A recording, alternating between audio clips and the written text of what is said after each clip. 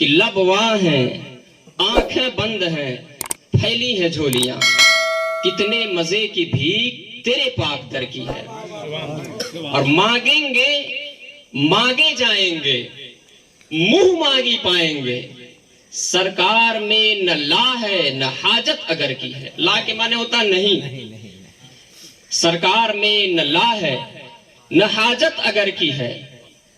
اور ایک دوسرے کلام میں کہتے ہیں تیرے قدموں میں جو ہے غیر کا منہ کیا دیکھیں، کون نظروں میں جچے دیکھ کے تلوا تیرا۔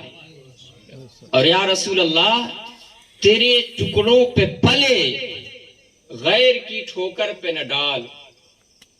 حضرت ادھر آ جائیے، تھوڑا چہرہ دکھتا رہے گا۔ تیرے ٹکڑوں پہ پلے غیر کی ٹھوکر پہ نہ ڈال، جھڑکیاں کھائیں کہاں چھوڑ کے صدقہ تیرا۔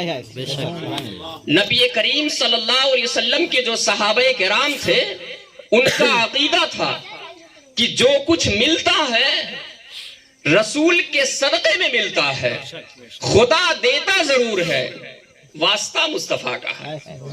اور جب تک ایک مومن کا یہ عقیدہ رہا ہماری قوم سرفراز رہی، ہماری قوم سربلند رہی۔ لیکن جیسے جیسے غیروں کی سازشوں کے چکر میں ان کی دسیسہ کاریوں سے ہمارا رابطہ ہمارے رسول سے کمزور ہوا، ہم رسوا ہوتے چلے گئے۔ ڈاکٹر اقبال نے کہا تھا نا کہ یہ مسلمان جو موت سے ڈرتا نہیں کبھی، اس کے بدن سے روح محمدی نکال دو۔ یہودیوں نے سوچا مسلمان سب کچھ ہو جاتا ہے، ڈرتا نہیں ہے، اس کے لیے کون سا حربہ استعمال کیا جائے۔ یہودی بہت مکار قوم ہے، ایک بات جان لیجئے گا، پوری دنیا میں صرف ایک ملک ہے لیکن پوری دنیا کو نچائے جا رہا ہے۔ اس میں ہم ہیں، آپ ہیں، ہمارے برادران وطن ہیں، سب کے سب اس کے شکار۔ یہ آرتھک طور پر پوری دنیا کو کیپچر کر کے رکھا ہے ان لوگوں نے۔ انہوں نے سازشیں کیا طرح طرح کے، ہمارے نوجوانوں کو عیاشیوں میں ڈالا۔ بتائیے، میں نے سنا دیکھا بھی جاتا ہے کہیں کہیں لڑکے ناچتے ہیں ہماری قوم کے، ناچنے والی قوم ہے یہ، قوم ناچ رہی ہے، پڑھنے کا شعور نہیں ہے، لوگ ایک دم آخری چھور پر دکھائی دیتے ہیں۔ میں بی ایڈ کر رہا تھا، 50 بچوں کا گروپ تھا، ہمارے بیچ میں 50 بچوں میں صرف 2 بچے ہم لوگ مسلم تھے۔ کیا پرسنٹیج ہے ہمارے پڑھنے کا؟ کسی میدان میں نہیں دکھتے ہیں، کہاں دکھیں گے؟ بڑے بڑے بال رنگوا کر کے دکھیں۔ جتنا نیا فیشن آئے گا سب کو اپنا لیں گے اور سوچتے یہی کامیابی ہے۔ کسی کے فیشن کو اپنا لینے سے کامیابی نہیں ملتی ہے، اس بات کو یاد رکھیے گا۔ کامیابی محنت سے ملتی ہے، جد و جہد کرنے سے ملتی ہے، ایک اصول بنا کر کے رہنے سے ملتی ہے۔ ہمیں کہیں جانے کی ضرورت نہیں ہے، اللہ تبارک و تعالیٰ نے محمد الرسول اللہ جیسا رسول ہمیں دیا۔ بے شک بے شک، کسی میدان میں ہم محتاج نہیں ہیں۔ شرط یہ کہ پڑھیں، نہ ہم دین پڑھتے ہیں نہ دنیا پڑھتے ہیں، کچھ نہیں پڑھتے ہیں۔ جب پڑھیں گے تب تو جانیں گے، یہ بات کہیں اور چلی جائے گی۔ اس عنوان پر میں بولوں گا تو اسی پر پورا وقت ختم ہو جائے گا۔ اللہ کے رسول صلی اللہ علیہ وسلم پر کثرت کے ساتھ درود پڑھنا۔ اب اس پر ایک حدیث پاک سن لیجئے تو پھر میں آگے چلوں۔ ریاض الصالحین حدیث کی ایک بڑی مشہور کتاب ہے، حضرت علامہ امام نووی رحمۃ اللہ علیہ بہت مشہور محدث گزرے ہیں، ان کی ترتیب دی ہوئی یہ کتاب ہے۔ حدیث پاک کے الفاظ ہیں، عن اوس ابن اوس قال قال رسول اللہ صلی اللہ علیہ وسلم ان من افضل ایامکم یوم الجمعہ فاکثروا فیہ علی الصلاۃ فان صلاتکم تؤرز علینا۔ حضرت اوس ابن ابو اوس صحابی ہیں، آپ سے مروی، آپ کہتے ہیں کہ اللہ کے رسول صلی اللہ علیہ وسلم نے ایک مقام پر فرمایا کہ تمہارے دنوں میں سب سے افضل دن جمعہ کا دن ہے۔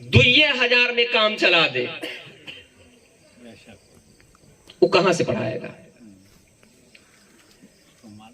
قرآن پاک کی تعلیم دیجئے، یہ ہماری ذمہ داری ہے، ہمارا فریضہ ہے۔ اپنے فرض سے بھاگیے نہیں، جیسے تمام کام انجام دیتے ہیں ویسے ہی اس کو بھی اپنی ذمہ داری سمجھ کر کے کیجئے۔ جو لوگ نہیں پڑھے ہیں اب پڑھ لیجئے، پڑھنے کا کوئی وقت نہیں ہوتا ہے۔ یہ نہیں کہتا کہ آپ جائیے اب الف بے تے سے جا کر کے پڑھیے، آپ کو وقت ملا ہے، آپ جو بھی زبان جانتے ہیں قرآن پاک کے ترجمے ان میں دستیاب ہیں، قرآن پاک کے ترجموں کو جانیے، پڑھنے کی کوشش کیجیے۔ رب تبارک و تعالیٰ نے ہمارے لیے اتارا ہے، ہماری ہدایت کے لیے اتارا ہے۔ پڑھیں گے ہے نہیں تو کیسے پتا چلے گا خدا نے کیا کہا ہے؟ خدا نے ہمیں خوب سمجھایا ہے، خوب مثالیں دے دے کے سمجھایا ہے کہ لوگوں کہاں بھاگے جا رہے ہو، کہاں بھٹکے ہوئے ہو، میری عبادت کی طرف آؤ۔ میں نے قرآن مقدس کو اس لیے بھیجا، انبیاء کرام کو اس لیے بھیجا، تم گمراہ ہو رہے تھے، الگ راستے پر جا رہے تھے، اس لیے بھیجا کہ تم میرے راستے پر آ جاؤ، میری عبادت کرو۔ ہم پڑھتے ہی نہیں تو جانیں گے کہاں سے؟ شروعات میں جب سورہ بقرہ پڑھتے ہیں، سورہ بقرہ میں دوسری آیت پاک اللہ تبارک و تعالیٰ نے فرمایا یا ایھا الناس اعبدوا ربکم الذی خلقکم والذین من قبلکم لعلکم تتقون۔ اے لوگوں اپنے اس رب کی عبادت کرو جس نے تم کو پیدا کیا ہے اور تم سے پہلے جو لوگ آئے ان کو بھی پیدا کیا ہے۔ فائدہ کیا ہوگا؟ انسان فائدہ سوچتا ہے، ہم کریں گے عبادت تو ہمیں ملے گا کیا؟ رب تبارک و تعالیٰ نے فرمایا لعلکم تتقون، تاکہ تم پرہیزگار ہو جائے۔ کتنا بڑا مہربان، پیدا بھی کیا، رزق بھی دیتا ہے، سب کچھ دیتا ہے۔ یہ دینے کے ساتھ ساتھ ہمیں بتاتا بھی ہے کہ میں نے سب کچھ دیا ہے، میری بارگاہ میں آؤ، میری عبادت کرو، میری پرستش کرو۔ اپنا تعارف بتاتا الذی جعل لکم الارض فراشا، جس نے زمین کو تمہارے لیے بچھونا بنایا، والسماء بناء، آسمان کو تمہارے لیے عمارت بنایا، شامیانہ بنایا، وانزل، اور تمہارے لیے آسمان سے بارش نازل فرمایا۔ سوچئے رب تبارک و تعالیٰ نے ہمارے لیے کتنا سمجھایا۔ اکثر جگہ قرآن مقدس میں رب تبارک و تعالیٰ نے ہماری تخلیق کے بارے میں بتا کر کے دیکھو، سوچ لو کہ میں نے تم کو پیدا کیا ہے اس لیے میری عبادت کرو۔ 30ویں پارے میں رب تبارک و تعالیٰ نے فرمایا سورہ انفطار میں یا ایھا الانسان ما غرک بربک الکریم الذی خلقک فسواک فعدلک۔ اے انسان، تجھے کون سی چیز نے اپنے اس رب مہربان رب سے بھلا دیا ہے؟ یعنی تم کس چیز میں آ گئے ہو؟ کون سی ایسی چیز پا گئے ہو کہ جس کو پا کر کے تم اپنے مہربان رب کو بھول گئے ہو؟ جس نے تمہیں پیدا کیا اس رب کو بھول گئے ہو۔ سورہ والتین ہم پڑھتے ہیں، کبھی غور کیا؟ والتین والزیتون وطور سینین وہذا البلد الامین لقد خلقنا الانسان فی احسن تقویم۔ قسم ہے انجیر کی، قسم ہے زیتون کی، قسم ہے طور سینا کی، قسم ہے اس امانت والے شہر کی، میں نے تم کو بہترین شکل و صباحت میں پیدا کیا۔ ہم بھول جاتے ہیں۔ ہمارے رب نے فرمایا پہلے ہی پارے میں سورہ بقرہ میں رب تبارک و تعالیٰ فرماتا کیف تکفرون باللہ وکنتم امواتا فاحیاکم ثم یمیتکم ثم یحییکم ثم الیہ ترجعون۔ کیسے تم اپنے اس رب کا انکار کرتے ہو جس نے تم کو پیدا کیا؟ کیف تکفرون باللہ وکنتم امواتا، تم کیسے اپنے اس رب کا انکار کرتے ہو جس نے تمہیں پیدا کیا؟ کنتم امواتا، تم مردہ تھے، تمہارا کوئی وجود نہیں تھا، تمہاری کوئی ہستی نہیں تھی۔ فاحیاکم، تمہارے اس نہ ہونے کے بعد اس رب نے تمہیں زندہ کیا۔ ثم یمیتکم، اس زندگی کے بعد پھر تمہیں مردہ کرے گا۔ ثم یحییکم، پھر اس کے بعد پھر تمہیں زندہ کرے گا۔ اس موت کے بعد پھر زندہ کرے گا۔ ثم الیہ ترجعون، پھر اس کی بارگاہ میں پلٹائے جاؤ گے۔ اس کی بارگاہ میں حاضر ہونا ہے، اپنے اعمال کا حساب دینا ہے۔ ہم نے جتنی ناچ کیا ہے، جتنا گانا کیا ہے، ناچ کرا کر کے لوگوں کو جو تماشے کا ذریعہ بنایا ہے، ان سب کا حساب دینا ہے۔ آپ نے کیا سوچ رکھا ہے کہ ہم خدا کی بارگاہ میں جائیں گے، جھوٹ بول دیں گے، گھوس دے کر کے کام چلا لیں گے؟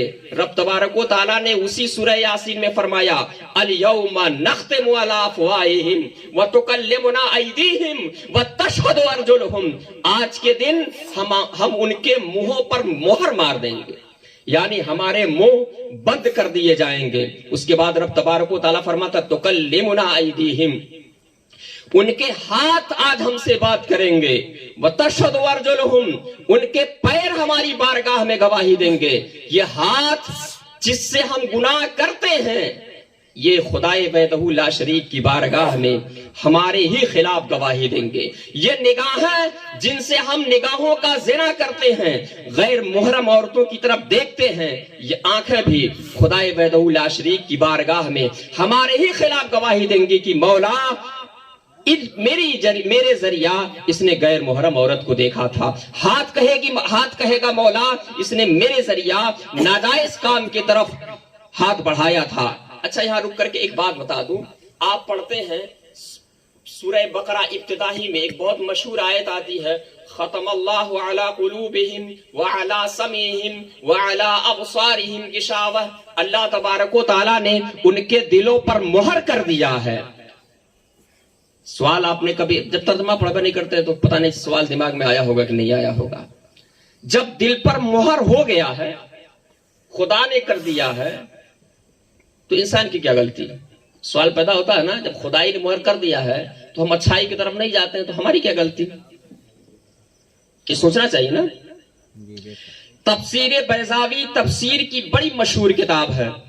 تفسیر بیضاوی میں اس کی تفسیر میں لکھا ہے کہ آدمی جب گناہ کرتا ہے دھبا بنتا ہے، پھر گناہ کرتا ہے اس کا دھبا اور بڑھتا ہے، پھر گناہ کرتا ہے اس کا دھبا اور بڑھتا ہے، یہاں تک کہ وہ گناہ کرتا جاتا ہے، اتنے گناہ کر لیتا ہے کہ اس کا پورا دل کالا ہو جاتا ہے۔ جب آدمی اس منزل پر پہنچ جاتا ہے تو برائیاں اس کو اچھائیاں لگتی ہیں۔ انسان جب پہلی مرتبہ گناہ کی طرف جاتا ہے تو اس کا دل اسے ملامت کرتا ہے، کہتا ہے کہ یہ غلط کام ہے، مت کرو، یہ برا ہے، اس کی طرف نہ جاؤ۔ اس کا دل، ایک چور کو بھی اس کا دل اس بات پر اکساتا ہے کہ چوری غلط کام ہے، مت کرو ایسا، یہ برا ہے، ادھر نہ جاؤ۔ لیکن انسان اگر ایک دم گناہوں پر آمادہ ہے کھلا دیتا ہے، اس کی آواز کو دبا دیتا ہے، گناہ کر لیتا ہے، پھر وہی چور، وہی زناکار، وہی بدکار گناہ کرتے کرتے کرتے اس منزل پر آ جاتا ہے کہ چوری کو اپنا فن سمجھتا ہے کہ میں نے اتنا صفائی سے جیب مارا کہ پتہ نہیں چلا، اپنے برائیوں کو لوگوں میں بیان کرتا ہے کہ میں نے ایسے کام کر دیا کسی کو پتہ نہیں چلا، فلانے کو بیوقوف بنا کر کے پیسہ لے لیا، میں تو ایسے کر دیتا ہوں ایسے کر دیتا ہوں۔ دوسرے کو کیا بیوقوف بنائیں گے؟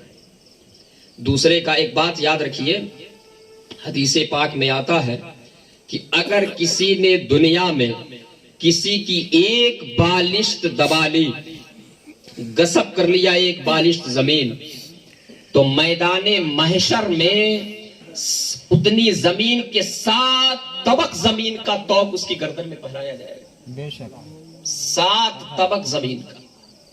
اس لیے میرے عزیز، حقوق العباد کے معاملے میں خدائے وحدہ لا شریک سے ڈریے۔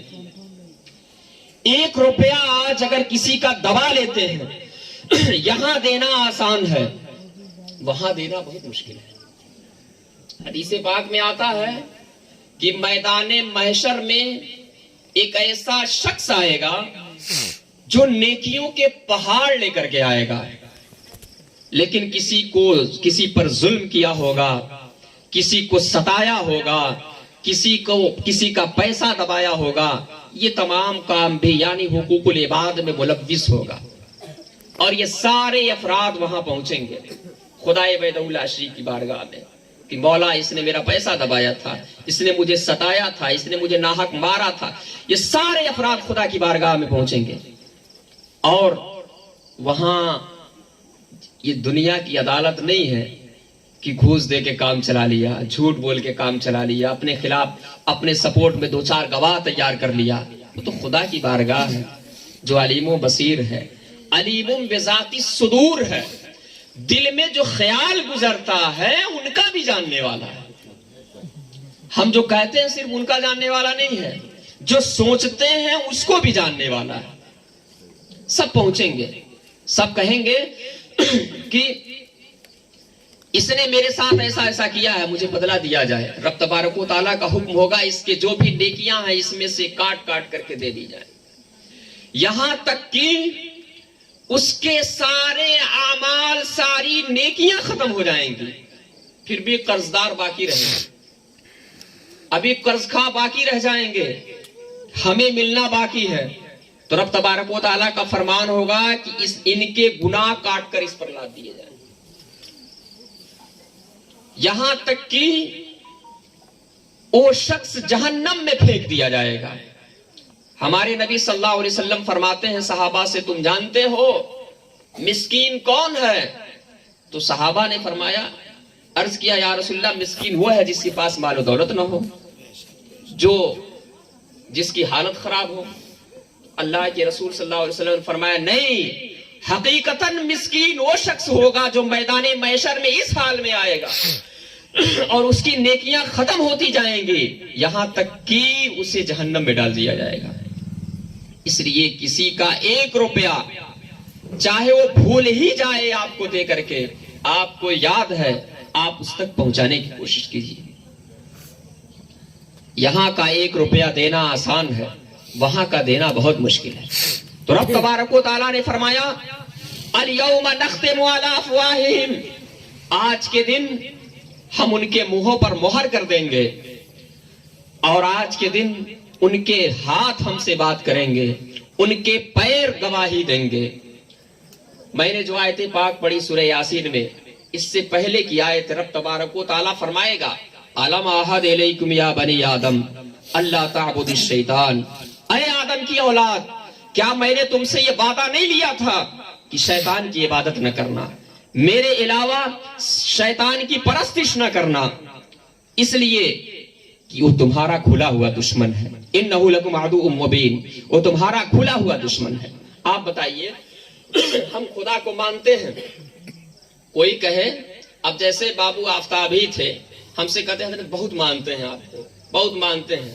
ہم کہیں نماز پڑھتے ہیں کہ نہیں پڑھتے ہیں, تو پتا چلے نمازیں نہیں پڑھتے ہیں. کہ حضرت ہم آپ کو بہت مانتے ہیں, پیچھے برائی کرتے ہیں.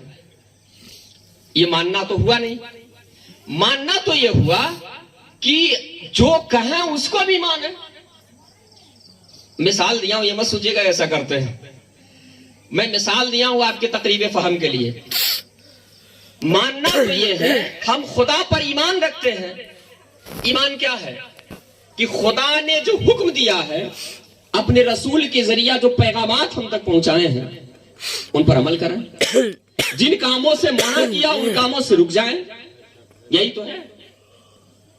اور ہم کتنے نادان ہیں, کل ملا کر کے ہم خدا سے ڈرتے ہی نہیں. یہی حقیقت. اور اگر مرنا نہیں ہوتا تو انسان کب کا مذہب کو پھینک دیا ہوتا. یہ تو ایک ایسا مرحلہ ہے کہ انسان سب جگہ سے جا کر کے وہاں پھنس جاتا ہے, اس کے آگے کوئی جگاڑ کام کرتا نہیں ہے. اللہ تبارک و تعالیٰ نے فرمایا کہ تمہیں موت پا لے گی, لو کنتم فی بروج مشیدہ, اگر تم برجوں میں, رفعت والی برجوں میں چڑھ جاؤ پھر بھی موت تمہیں پا لے گی. اس سے چھٹکارا نہیں ہے. اس لیے انسان مجبور ہے, بھول کر کے بھی خدا کا نام لے ہی لیتا ہے. ورنہ بتائیے, لوگ نماز پڑھنے جاتے ہیں, میں نے دیکھا یہاں کا پتہ نہیں کیا ماحول ہے. ہم نے اپنے یہاں اس پر کافی شدت سے لوگوں کو ڈانٹا. میری تقریر ایسے نہیں ہوتی, کافی تیکھی ہوتی ہے. جس کو سننا ہوتا سنتا, نہیں سننا ہوتا نہیں سنتا. اس لیے کہ قوم کو آج کہانیوں کی ضرورت نہیں ہے, لچھےدار گانوں کی ضرورت نہیں ہے, قوم کی اصلاح کی ضرورت ہے. اور آپ کو کڑوی باتوں کا مزاج بنانا پڑے گا. لوگ خدا کی بارگاہ میں جاتے ہیں، نماز پڑھنے جاتے ہیں پیجامہ پہن کے، اوپر سے شرٹ پہن کے، یہ ایسے نمازی نماز پڑھنے جائیں گے تو پھٹا پرانا کپڑا رہے گا وہ پہن کے جاتے ہیں نماز پڑھنے۔ خدا کی بارگاہ میں جا رہے ہیں، کیا آپ کہیں شادی میں جانا ہوتا وہ کپڑا پہن کے چلے جاتے ہیں؟ کہیں اپنے اوپر سے ادھیکاری کے پاس جانا ہوتا ویسے چلے جاتے ہیں؟ اب تو دنیا کے اعلیٰ افسران کے پاس جانے سے پہلے آپ کو نیم بتائے جائیں گے، ایسے پہن کے جانا، یہ کر کے جانا، ایسے کر کے جانا، ایسے جا کر کے ملاقات کرنا، اتنے دوری پہ بیٹھنا، اس سے قریب نہیں ہونا۔ خدا کی بارگاہ میں جا رہے ہیں، یہ نہیں سوچتے۔ اچھا، قرآن مقدس میں کہا گیا ہے خذوا زینتکم عند کل مسجد، ہر مسجد سجدہ کرنے کے وقت زینت اختیار کرو، اچھے طریقے سے جاؤ، خدا کی بارگاہ میں جا رہے ہیں۔ تو ہم خدا کو کتنی اہمیت دیتے ہیں، اپنے اوپر سے ادھیکاری کو جتنی اہمیت دیتے ہیں اتنی بھی خدا کو اہمیت نہیں دیتے، یہ ہماری حقیقت ہے۔ اور یہ سب کرنے کے بعد سوچتے ہیں ہم سربلند رہیں گے، ہمیں کامیابیاں ملیں گی، ایسے نہیں ملیں گی۔ اور ایک بات جان لیجئے، خدا جب کسی سے ناراض ہوتا ہے سب سے پہلی سزا جو ہمارے اوپر آتی ہے، ہمارے رزق سے برکتیں چھین لی جاتی ہیں۔ اگر آپ کماتے بہت ہیں، آپ کے رزق میں برکت نہیں ہوتی ہے، آپ سمجھ جائیے کہ اللہ تبارک و تعالیٰ کسی نہ کسی کام کا بدلہ ہم کو دے رہا ہے۔ قرآن مقدس میں رب تبارک و تعالیٰ نے فرمایا ما اصابکم من مصیبت فبما کسبت ایدیکم، تمہارے اوپر جو بھی مصیبت آتی ہے تمہارے اپنے ہاتھوں کی کمائی ہے، جو کرتے ہیں اسی کا بدلہ ملتا ہے۔ رب نے کہا وَيَعْفُو عَنْ كَثِيرٍ، اور بہت سارے معاملات ایسے ہیں، بہت سارے گناہ ایسے ہیں کہ رب تبارک و تعالیٰ معاف کر دیتا ہے۔ اگر سب کا بدلہ رب اس دنیا میں دے دے تو ہم اس لائق نہیں ہیں کہ ہم دنیا میں باقی رکھے جائیں، ہیں؟ بتائیے، اس کی مثال میں آپ کو دیتا ہوں۔ لوط علیہ السلام کی قوم تھی، لوط علیہ السلام کی قوم پر اللہ تبارک و تعالیٰ کا عذاب آیا، زمین پلٹ دی گئی، سب کے سب نیست و نابود ہو گئے۔ کام کیا تھا؟ بدفعلی کرتے تھے، اور راہ چلتی ہوئی عورتوں پر چھینٹا کشی کرتے تھے۔ تیسری غلطی، بھرے مجمع میں ہوا خارج کیا کرتے تھے، انہیں اس بات کا احتیاط نہیں تھا، قصداً جان بوجھ کر بھرے مجمع میں 4 لوگ 10 لوگ بیٹھے وہاں ہوا خارج کیا کرتے تھے۔ اللہ تبارک و تعالیٰ نے ان پر عذاب نازل کر دیا۔ کیا ہم بھرے مجمع میں ہوا خارج کرنے جیسا جرم نہیں کرتے ہیں؟ جو عمر والے لوگ ہیں وہ تو فیشن بنا لیے ہیں، ان کو لگتا ہے کہ کوئی بات نہیں، جب عمر ہو جاتی ہے تو سب کام چلتا رہتا ہے۔ ان سے بچنا چاہیے۔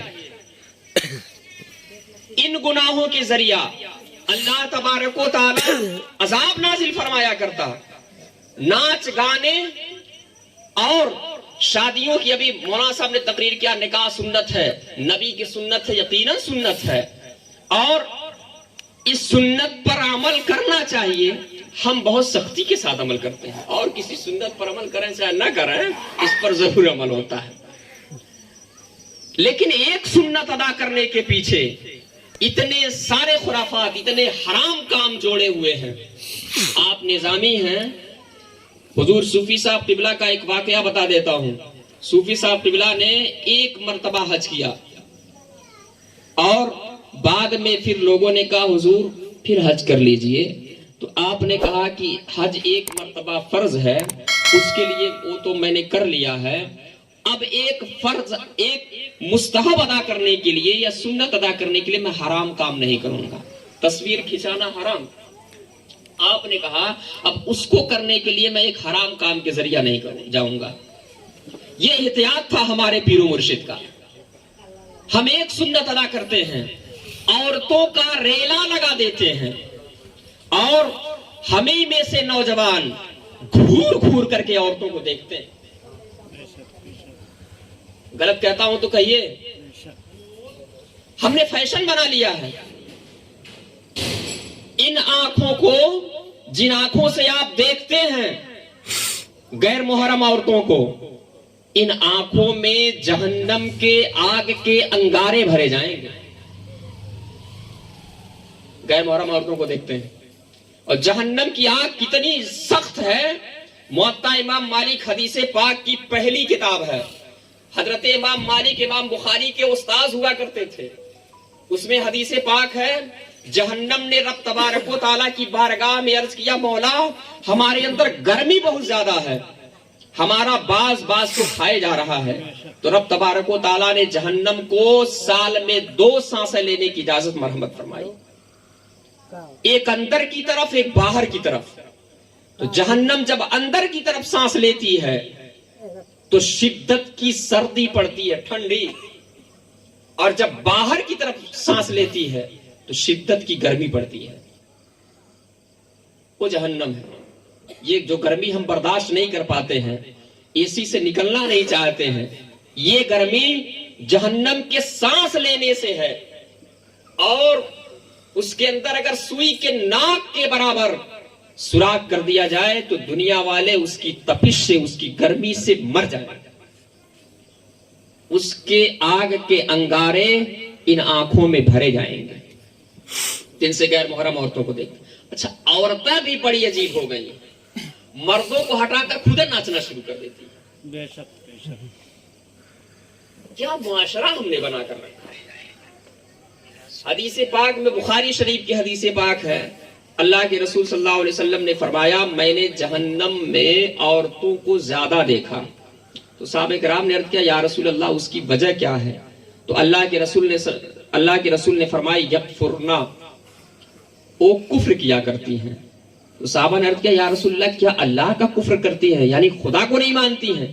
تو رب تبارک و تعالیٰ عورتیں جو پردے میں میری آواز سن رہی ہوں گی حدیث پاک کے اس جملے کو غور سے سن لیں گے. اللہ کے رسول نے فرمایا یکفرن العشیر, یہ عورتیں اپنے شوہروں کا کفر کرتی ہیں. پھر اگلا جملہ سنیے, اللہ کے رسول نے فرمایا اگر تم زندگی بھر ان کے ضرورت کی چیزیں دیتے رہو, پوری کرتے رہو, زندگی کے کسی موقع پر اگر تمہارے یہاں تکلیف ان کو پیش آتی ہے فوراً کہہ اٹھیں گی میں جب سے تمہارے یہاں آئی ہوں کبھی بھلائی نہیں دیکھا, سبحان اللہ سبحان کبھی آسانی نہیں دیکھا. جو عورتیں ایسے گناہ آپ دیکھ لیجئے, پورا معاشرہ دیکھ لیجئے, 100% عورتیں اس مرض میں مبتلا ہیں, اپنے شوہر کی دی ہوئی چیزوں پر شکر نہیں ادا کریں گے. کفران نعمت کوئی بات ہوگی فوراً شروع کر دیں گے. ایک عورت تھی حضرت خدیجہ تھی. جب حضرت خدیجہ کا نکاح ہوا اللہ کے رسول صلی اللہ علیہ وسلم سے تو اللہ کے رسول صلی اللہ علیہ وسلم یتیم تھے, آپ کے پاس مال و دولت زیادہ نہیں تھا. حضرت خدیجہ بہت مالدار تھی, بہت ہی زیادہ مالدار تھی. لوگوں نے کہنا شروع کیا خدیجہ نے ایسے آدمی سے نکاح کر لیا ہے جس کے پاس مال و دولت نہیں ہے, غریب ہے. حضرت خدیجہ تک بات پہنچی. حضرت خدیجہ نے لوگوں کو اکٹھا کیا. ابھی نبی نے نبوت کا اعلان نہیں کیا تھا, اس سے پہلے کی بات ہے. حضرت خدیجہ نے کہا لوگوں سن لو, میرے پاس جو کچھ ہے, جو بھی مال و دولت ہے, آج سے سب کا مالک میں محمد کو بناتی ہوں. آج سے میں غریب ہوں, میرے شوہر غریب نہیں. سبحان اللہ. جو یہ دیں گے مجھے وہ میں پاؤں. یہ ایثار ہوتا تھا عورتوں میں. اور عورتوں کے اندر جب یہ ایثار ہوگا تو ہمارے یہاں طلاق جیسے معاملے نہیں پیش آئیں گے. بے شک بے شک. ہم جہیز پر بہت بولا جاتا ہے, جہیز حرام ہے, نہیں لینا چاہیے, یہ ہے وہ ہے, اس کے لیے تحریکیں بھی چلائی جاتی ہیں. اس کی ایک بہت بڑی وجہ میں سمجھتا ہوں, ہو سکتا ہے میں جو کہنا چاہوں وہ آپ تک پہنچ جائے. ہم اپنے بچوں کے لیے سب کچھ کرتے ہیں, اپنے پیچھے جائیداد چھوڑ کر کے جاتے ہیں, لیکن اتنے لوگ بیٹھے ہیں, بتائیں کتنے لوگوں نے اپنی بہن کو اپنی باپ کی جائیداد سے حصہ دیا ہے؟ یا کتنے لوگوں نے اپنے بچوں کو کہا کہ میرے بچوں میں نے تمہارے لیے اتنی پراپرٹی بنائی ہے، میرے جانے کے بعد اپنی بہن کو بھی حصہ دے دینا. یہ غصب کر جاتے ہیں. جب یہاں آپ گھوٹالا کریں گے تو جہیز جیسا معاملہ کہاں سے ختم ہوگا؟ آپ اپنی بچیوں کو مجبور اور محتاج نہ بنائیے. اللہ تبارک و تعالیٰ نے قرآن مقدس میں حصہ متعین کیا ہماری بچیوں کا، للذکر مثل حظ الانثیین، مذکر کو جتنا دو مؤنث کے برابر ملا کرے گا. آپ اپنی بچیوں کو حصہ دیجئے، جہیز جیسی لعنت خود بخود ختم ہو جائے گی. اپنے بچیوں کی تعلیم و تربیت کیجئے، اپنے بچوں کو دینی تعلیم سے وابستہ کیجئے. بہت پہلے پتہ نہیں آپ کی نگاہ ہے کہ نہیں، سپریم کورٹ سے فیصلہ آیا تھا کہ اب بچیاں بھی اپنے باپ کی جائیداد میں حصہ لیا کریں. کچھ دامادوں نے مقدمہ کر دیا اپنے سسرال کے خلاف کہ ہم کو بھی چاہیے حصہ. حقیقت بتا رہا ہوں. میں نے کہا اب یہ قانون آیا ہے کہ بچیوں کو حصہ دینا چاہیے. ہمارے رسول نے تو 1450 سال پہلے حصہ دیا. سبحان اللہ سبحان. بے شک. بیٹیوں کو صبر کرنا سکھائیے اور ان کا حصہ دیجئے، جہیز جیسی لعنت خود بخود ختم ہو جائے گی. سبحان اللہ سبحان اللہ. ہر وقت ہر موڑ پر ان کا خیال کیجئے. حضرت فاطمہ، ایک واقعہ بس سن لیجئے، میری بات ختم. حضرت فاطمہ، اللہ کے رسول صلی اللہ علیہ وسلم حضرت فاطمہ سے بہت محبت فرمایا کرتے تھے، بہت محبت، بے انتہا محبت.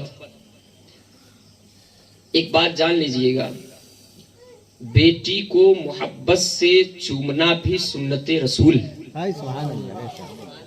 حضرت فاطمہ آتی تھی، اللہ کے رسول صلی اللہ علیہ وسلم ان کی پیشانی کو بوسہ دیا کرتے تھے. میں نے شروع میں کہا نا، میں کبھی فرصت میں آؤں گا، جب وقت رہے گا تو اور باتیں بتاؤں گا. ہمارے نبی نے خالی یہ نہیں کہا کہ تم یہ کر لو، نماز پڑھ لو، روزہ رکھ لو، جہاد کر لو. نہیں، پہلے کیا پھر کہا یہ کرو. ہم پر 5 وقت کی نمازیں فرض ہیں، ہمارے نبی 6 وقت کی نمازیں پڑھتے. ہم سے کہا 5 وقت کی نماز پڑھ لو.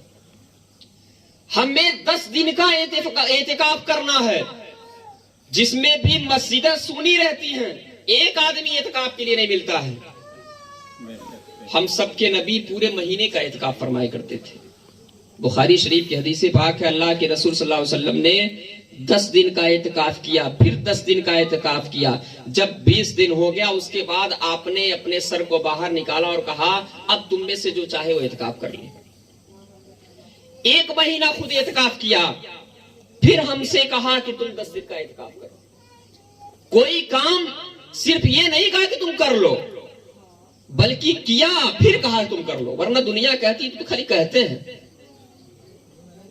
تو حضرت فاطمہ آتی، اللہ کے رسول صلی اللہ علیہ وسلم ان کی پیشانی کو بوسہ دیا کرتے. ایک بار اللہ کے رسول صلی اللہ علیہ وسلم کی بارگاہ میں کہیں سے کچھ خادم آئے تھے، تو حضرت علی نے کہا کہ کام بہت کرنا پڑتا ہے، تم کو جا کر کے تمہارے والد کے وہاں آئے ہوئے ہیں خادم، جا کر کے کہہ دو کوئی ایک دے دیں، تمہارے لیے آسانی ہو جائے گی. حضرت فاطمہ نے کہا مجھے اس کی حاجت تو نہیں ہے، لیکن آپ کہتے ہیں تو چلی جاتی ہے. شوہر کی بات رکھنے کے لیے حضرت فاطمہ گئی، جا کر کے اللہ کے رسول صلی اللہ علیہ وسلم سے اپنے معاملے کو کہا. تو اللہ کے رسول صلی اللہ علیہ وسلم نے سن کر کے فرمایا، فاطمہ کیا میں تمہیں ایسا عمل نہ بتا دوں جو غلام سے زیادہ قیمتی ہے اور سرخ اونٹوں سے زیادہ قیمتی ہے. حضرت فاطمہ نے کہا کیوں نہیں، ہم ہوتے ہیں یا ہماری بچیاں ہوتی تو کہتی ہیں تو خالی ٹرکانے کے مارے کہہ رہے ہیں، دینا نہیں چاہ رہے ہیں. اللہ کے رسول صلی اللہ علیہ وسلم نے جیسے کہا، حضرت فاطمہ نے کہا کیوں نہیں اللہ کے رسول صلی اللہ علیہ وسلم. تو حضرت فاطمہ کو اللہ کے رسول صلی اللہ علیہ وسلم نے فرمایا، ہر نماز کے بعد 33 مرتبہ سبحان اللہ، 33 مرتبہ الحمدللہ اور 34 مرتبہ اللہ اکبر پڑھا کرو. یہ تمہارے لیے ان تمام چیزوں سے زیادہ افضل ہے، برکت والا ہے. یہ تسبیح آسان ہے، اس لیے ہم سوچتے ہیں اس کو پڑھنے سے کوئی فائدہ نہیں ہے. اب اگر آپ جان کر کے اس بات کو کہ خادم کے بدلے نے اللہ کے رسول صلی اللہ علیہ وسلم نے حضرت فاطمہ کو یہ عمل بتایا تھا.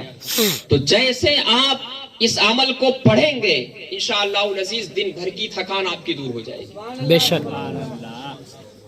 آپ سن لیجئے, بہت سبحان اللہ کہنے کی ضرورت نہیں ہے, سن کر کے عمل کر لیجئے گا تو میں سمجھوں گا کہ سبحان اللہ آپ کا کامیاب رہا. میں نے شروع ہی میں کہا تھا میری تقریر میں بادل کا گرجنا بجلی کا تڑپنا نہیں ہوتا ہے, آپ سلیقے سے سنیں گے یہ اچھا ہے. تو ہمیں ان چیزوں پر عمل کرنے کی ضرورت ہے. اپنے بچیوں کو تعلیم یافتہ بنائیے اور ناچ گانے سے قطعی پرہیز کیجیے. نہ خود کرا, آپ جو برا کام کرتے ہیں اس کا گناہ خالی آپ پر نہیں ہوتا ہے, جتنے لوگ دیکھتے ہیں ان سب کے دیکھنے کا گناہ آپ پر ہوتا ہے. اپنا گناہ تو ڈھویا ہی نہیں جاتا ہے, اتنا کہاں سے ڈھوئیں گے. اس لیے ان چیزوں پر عمل کیجئے. جب سے سوشل میڈیا آیا ہے ہماری قوم سب کے سب گیانی ہو گئی ہے. مبارکباد, اچھی اچھی بات ہے, خالی لکھ لکھ کے فارورڈ کرتے ہیں. تو خالی لکھ لکھ کے فارورڈ دوسرے کو مت گیان دیجیے, عمل بھی کیجیے. قرآن مقدس میں اللہ تبارک و تعالیٰ نے فرمایا لما تقولون ما لا تفعلون, تم ایسی باتیں کیوں کہتے ہو جو خود نہیں عمل کرتے ہو. ایسی باتیں کیوں کہتے ہو جو خود نہیں عمل کرتے ہو. اس لیے آپ اس زمرے میں نہیں رکھیے, اس زمرے میں جانے کی کوشش نہ کیجیے کہ اللہ تبارک و تعالیٰ میدان محشر میں ہمیں کہہ دے کہ مجرموں کے صف میں کھڑا ہو جاؤ. سورہ یاسین میں میں نے جو آیت پاک پڑھی اس سے پہلے آیت ہے, رب تبارک و تعالیٰ فرمائے گا میدان محشر میں وَامْتَازُوا الْيَوْمَ أَيُّهَا الْمُجْرِمُونَ, اے مجرموں الگ ہو جاؤ. آپ سوچئے کہ اولین و آخرین کا مجمع ہوگا تو ہم کہاں جائیں گے. وہاں جب ہمیں مجرموں کے صف میں کھڑا کر دیا جائے گا, آپ لوگ نذرانے میں افراتفری کر دیے, رہنے دیجئے, بیٹھے رہیے, 2 منٹ بعد سن لیجئے. اللہ تبارک و تعالیٰ خوب نوازتا ہے, نوازتا رہے گا. آپ اگر ایک بات پر عمل کر لیتے ہیں تو میں سمجھتا ہوں میری دنیا بھی کامیاب ہے, آخرت بھی کامیاب ہے. ایک جملہ بھی اگر آپ عمل کر لیتے ہیں تو یہاں بھی کامیابی ہے, آخرت میں بھی کامیابی ہے. اس بات کو سمجھ لیجئے کہ اولین و آخرین کا مجمع سب لوگ ہوں گے میدان محشر میں. ہمارے بیٹے پوتے پرپوتے جتنے بھی آئیں گے سب ہوں گے, ہمارے باپ دادا پردادا وغیرہ سب ہوں گے. ایسے میں حکم ہوگا وَامْتَازُوا الْيَوْمَ أَيُّهَا الْمُجْرِمُونَ, اے مجرموں الگ ہو جاؤ. کتنی شرمندگی کی بات ہوگی. اللہ تبارک و تعالیٰ ستار ہے, دنیا میں ہمارے عیبوں کو چھپا رہا ہے. تو اس پر آپ دھوکے میں نہ رہیے بلکہ خدا کا شکر کرتے ہوئے توبہ کر کے صحیح راستے پر آ جائیے.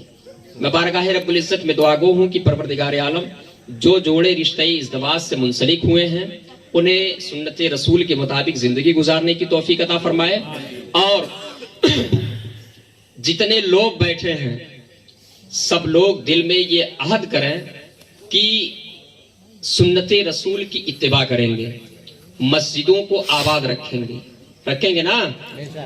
جہاں وقت ملتا, ہمارے لیے کتنی بڑی فضیلت ہے کہ کہیں جہاں وقت ملے وہیں نماز کے لیے تیار ہو جائے, نماز پڑھنا ہے تو نماز قائم کریں گے.